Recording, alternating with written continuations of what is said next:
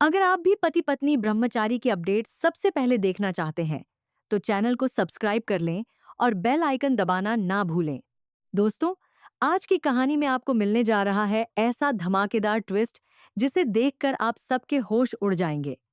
यह सिर्फ एक कहानी नहीं है, बल्कि यह है रिश्तों की गहराई, धोखे की चालाकी और सच्चाई की अंतिम जीत की दास्तान।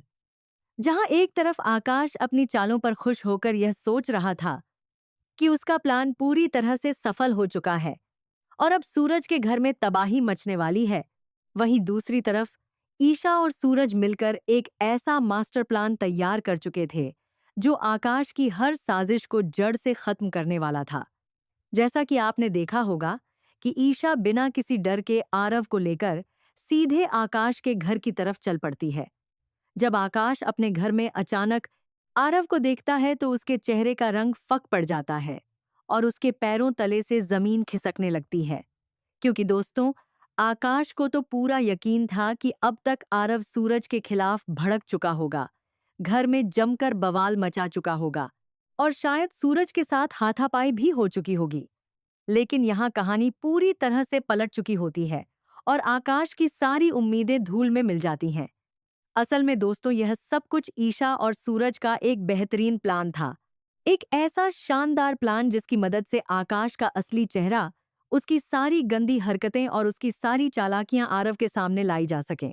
अगर हम फ्लैशबैक में जाकर देखें तो पता चलता है कि जब आरव गुस्से में आकर घर छोड़कर जाने का फैसला करता है, उस वक्त सूरज उसे रोकने की बजाय उल्टा खुद ही कह देता है कि अगर जाना है तो अभी के अभी इस घर से चला जा। मुझे कोई फर्क नहीं पड़ता, तू रहे या ना रहे मेरे लिए कोई मायने नहीं रखता। सूरज की यह बात सुनकर घर के सभी लोग पूरी तरह से हैरान रह जाते हैं और सबकी आंखें फटी की फटी रह जाती हैं। ताई माँ, पापा और घर के बाकी सदस्यों को समझ ही नहीं आता कि आखिर सूरज ऐसा कैसे बोल सकता है, क्योंकि सूरज तो हमेशा से ही परिवार को एक साथ रखने में विश्वास रखता था। तभी अचानक वहां ईशा आती है और वह भी साफ और सख्त शब्दों में कह देती है कि मेरा भाई इस घर में अब एक पल भी नहीं रहेगा। इस घर में उसके लिए कोई जगह नहीं है। जैसे ही आरव काव्या का हाथ पकड़कर उसे अपने साथ ले जाने लगता है, ठीक उसी समय सूरज बीच में आकर काव्या का हाथ आरव के हाथ से छुड़ा देता है और बड़े ही सख्त लहजे में कहता है कि तुम जहां जाना चाहो चले जाओ, मुझे कोई ऐतराज नहीं है, लेकिन मेरी बहन यहीं रहेगी, इसी घर में, मेरे साथ।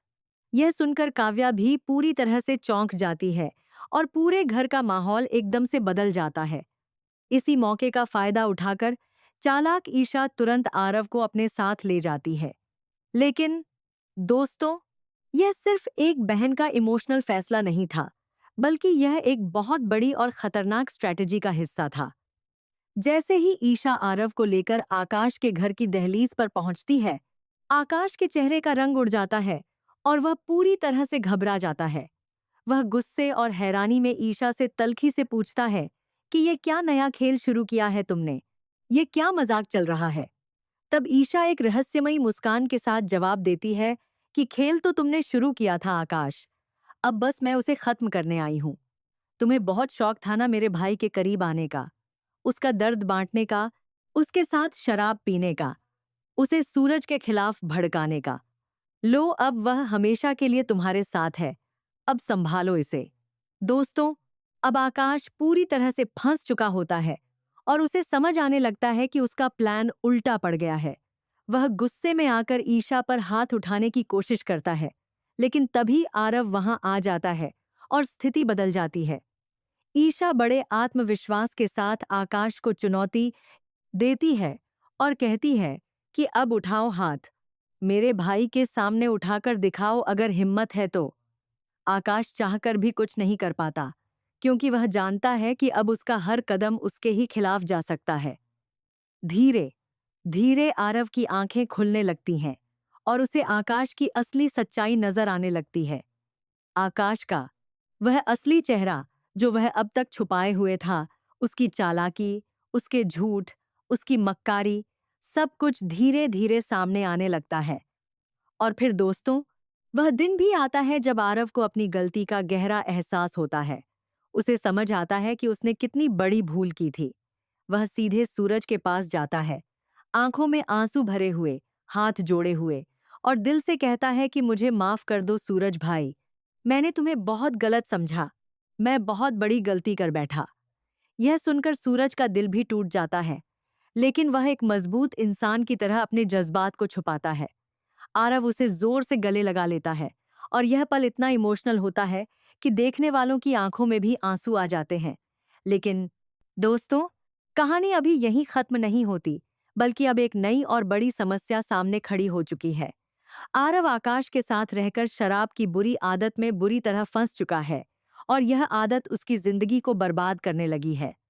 ईशा इस बात से बहुत परेशान और चिंतित है। वह सूरज के पास जाती है और कहती है कि हमें किसी भी तरह से आरव की यह खतरनाक आदत छुड़ानी होगी, वरना उसकी जिंदगी बर्बाद हो जाएगी। तब सूरज गंभीरता से कहता है कि यह इतना आसान नहीं है जितना तुम समझ रही हो। लेकिन तभी ईशा उम्मीद भरे शब्दों में कह देती है कि जैसे तुमने अपनी शराब की लत छोड़ी थी, वैसे ही हम मिलकर आरव की भी छुड़ा सकते हैं। यह सुनकर अचानक सूरज गुस्से में आ जाता है और कड़वे शब्दों में कहता है कि मेरी शराब छुड़ाने के पीछे मेरी पत्नी का हाथ था और आज मैं उसी से सबसे ज्यादा नफरत करता हूँ। दोस्तों, ये बात सुनकर ईशा अंदर से पूरी तरह टूट जाती है, क्योंकि वह अच्छी तरह जानती है कि सूरज आज भी दिल से उससे बेइंतहा प्यार करता है, बस ऊपर से दिखावे में नफरत का नाटक करता रहता है। और इधर आकाश अब और भी ज्यादा खतरनाक होने वाला है, क्योंकि उसे एहसास हो चुका है कि उसका पूरा खेल अब खत्म होने के कगार पर है और उसकी सारी मेहनत बेकार जाने वाली है। अब देखना यह होगा कि क्या ईशा और सूरज मिलकर आरव की जिंदगी को फिर से सही रास्ते पर ला पाएंगे या नहीं। क्या आरव पूरी तरह से बदल पाएगा और अपनी गलतियों को सुधार पाएगा? और सबसे बड़ा सवाल यह है कि क्या सूरज और ईशा अपने अंदर की नफरत को भुलाकर फिर से एक हो पाएंगे और अपने प्यार को स्वीकार कर पाएंगे? दोस्तों, आने वाले एपिसोड्स में आपको मिलने वाला है जबरदस्त ड्रामा, भावनाओं का तूफान और सच्चाई का सामना, जो आपको अपनी सीटों से बांधे रखेगा। तो अगर आप चाहते हैं कि आरव को उसकी गलतियों का पूरा एहसास हो जाए और वह अपनी जिंदगी सुधार ले, तो इस वीडियो को जरूर लाइक करें और कमेंट सेक्शन में अपनी राय जरूर बताएं कि क्या आरव को माफ कर देना चाहिए या नहीं और आगे की कहानी में क्या होना चाहिए।